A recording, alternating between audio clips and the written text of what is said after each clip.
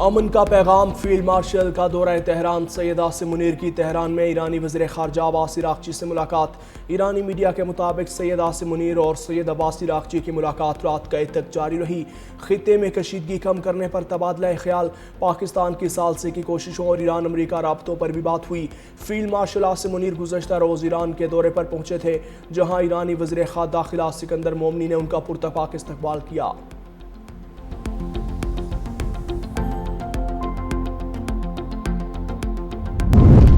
وادی کیلاش کے مختلف مقامات پر لینڈ سلائیڈنگ اور سیلابی ریلے، رمبور اور بمبوریت روڈ مکمل بند ہونے سے وادی کیلاش کا دیگر علاقوں سے زمینی رابطہ منقطع۔ وادی کیلاش میں مقامی افراد اور سیاحوں کی متعدد گاڑیاں پھنس گئیں، شدید مشکلات کا سامنا۔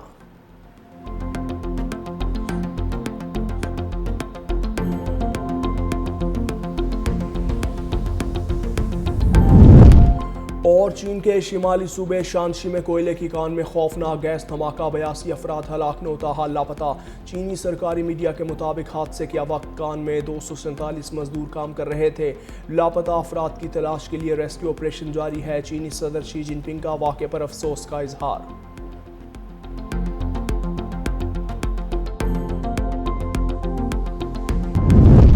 وزیر اعظم شہباز شریف 4 روزہ دورے پر چین روانہ، نائب وزیر اعظم اسحاق ڈار اور احسن اقبال بھی وفد میں شامل۔ وزیر اعظم ہانگجو میں ژیاجیانگ صوبے کے پارٹی سیکریٹری سے ملاقات کریں گے۔ سی پیک فیز 2 کے تحت منعقدہ بزنس فورم میں بھی شریک ہوں گے۔ مختلف مفاہمتی یادداشتوں کے تبادلے کی تقریبات ہوں گی۔ وزیر اعظم چینی کمپنیوں کے CEO سے بھی ملاقاتیں کریں گے۔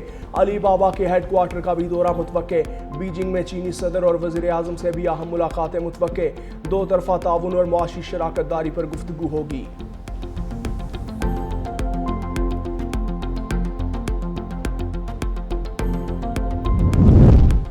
ہمارا فوکس جنگ کے مکمل خاتمے پر ہے، ترجمان ایرانی وزارت خارجہ اسماعیل بقائی نے واضح کر دیا۔ کہا قطری وفد ایرانی وزیر خارجہ کے ساتھ مذاکرات کر رہا ہے۔ مذاکرات میں پاکستان مرکزی ثالث کے طور پر موجود ہے۔ ایران اور امریکہ کے درمیان اختلافات گہرے اور اہم ہیں۔ سفارتکاری میں وقت درکار ہوتا ہے۔ اس مرحلے پر جوہری معاملے سے متعلق تفصیلات پر بات نہیں ہو رہی۔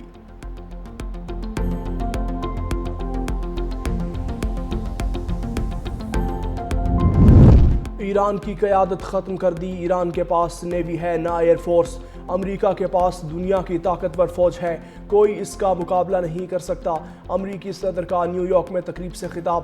ڈونلڈ ٹرمپ کے خطاب کے دوران 2 بار احتجاج، نعرے بازی، احتجاج کرنے والوں کو پنڈال سے نکال دیا گیا۔ ڈونلڈ ٹرمپ نے اپنے علمی امتحان کا دلچسپ قصہ بھی سنایا۔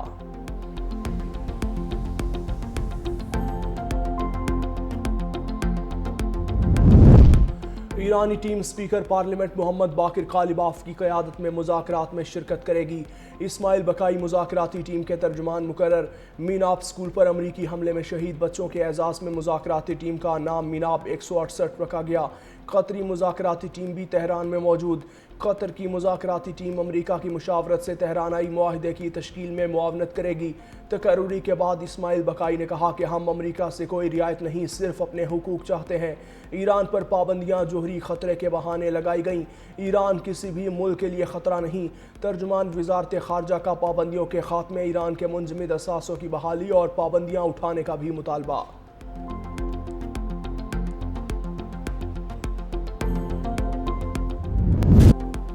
پیٹرول 6 روپے فی لیٹر سستا، ڈیزل کی قیمت میں بھی 6 روپے 80 پیسے فی لیٹر کمی۔ پیٹرول کی نئی قیمت 403 روپے 78 پیسے فی لیٹر مقرر۔ ہائی سپیڈ ڈیزل 402 روپے 78 پیسے فی لیٹر ہو گیا۔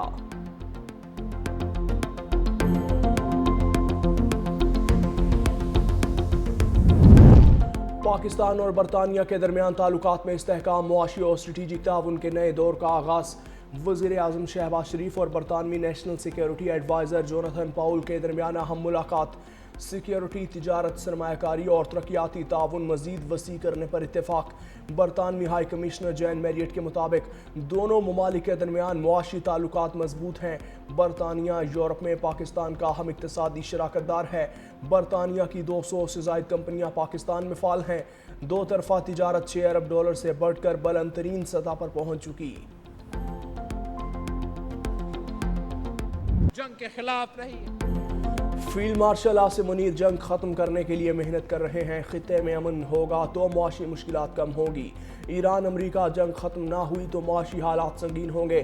چیئرمین پیپلز پارٹی بلاول بھٹو کا تقریب سے خطاب، کہا عوام بجلی اور گیس کے بل میں جنگ کا بوجھ اٹھا رہے ہیں۔ سندھ میں پبلک پرائیویٹ پارٹنرشپ کے ساتھ پورٹ بنائیں گے۔ کمیٹی کیٹی بندر پورٹ کا منصوبہ شاید دنیا کا پہلا منصوبہ ہوگا۔ سندھ انٹرنیشنل فائنینشل سینٹر کھول کر دکھائیں گے۔ ایم کیو ایم پر بھی تنقید، بولے ایم کیو ایم بتائے انہوں نے کوئی سڑک، ادارہ یا منصوبہ کہاں بنایا۔ لڑنا ہے تو پیپلز پارٹی لڑنا جانتی ہے، معاشی مشکلات کے دوران عدم استحکام کا وقت نہیں۔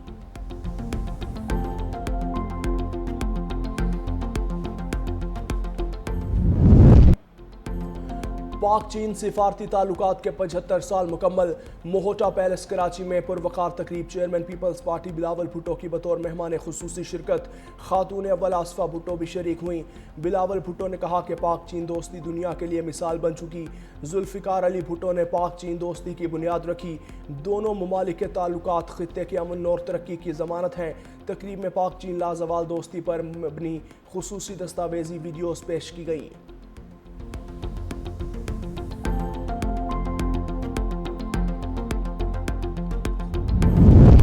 اداکارہ مومنہ کالیگی ایم پی اے ثاقب چدر کے خلاف مبینہ ہراسگی کا معاملہ۔ اداکارہ نے ثاقب چدر کے خلاف تھانہ چونگ میں درخواست جمع کروا دی۔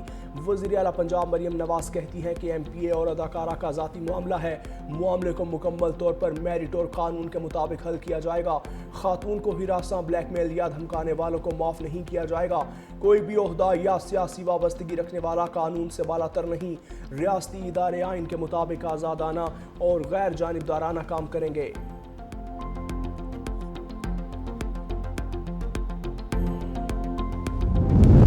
عید الاضحیٰ پر قربانی کرنے والے ہو جائیں ہوشیار، وزیر اعلیٰ پنجاب مریم نواز نے گلی محلوں میں آلائشیں پھینکنے والوں پر 50,000 روپے جرمانے کی منظوری دے دی۔ ممنوعہ مقامات پر جانوروں کی باقیات اور آلائشیں پھینکنے کی روک تھام کے لیے ویجیلنس اسکواڈ بھی قائم۔ وزیر اعلیٰ کی زیر صدارت ویڈیو لنک اجلاس میں عید الاضحیٰ پر صفائی کے فول پروف انتظامات کا جامع پلان منظور۔ منصوبے بھر میں 1,76,000 سینیٹری ورکرز، ہزاروں اضافی گاڑیوں اور 3800 پرائمری کلیکشن سینٹرز فعال ہوں گے۔ 7,000 ڈمپنگ پوائنٹس قائم کیے جائیں گے۔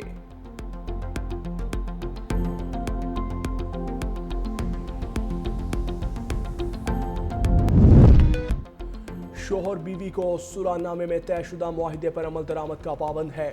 لاہور ہائی کورٹ نے اپیلیٹ کورٹ کا فیصلہ کالعدم قرار دے کر شوہر کو 25 لاکھ روپے ادائیگی کا حکم دے دیا۔ جسٹس راہیم کامران نے سنم شہزادی کی درخواست پر 9 صفحات پر مشتمل تحریری فیصلہ جاری کیا۔ فیصلے کے مطابق شوہر نے دوسری شادی کے بعد بیوی اور بیٹے کو گھر سے نکالا۔ خاندان کے بڑوں کی مداخلت سے فریقین کے درمیان صلح کا معاہدہ طے پایا، جس میں ماہانہ خرچہ، نابالغ بیٹے کے لیے زمین، رہائش اور گھر کی تعمیر کی شرط شامل تھی۔ معاہدے کی خلاف ورزی کی صورت میں 25 لاکھ روپے جرمانے کی شک بھی رکھی گئی تھی۔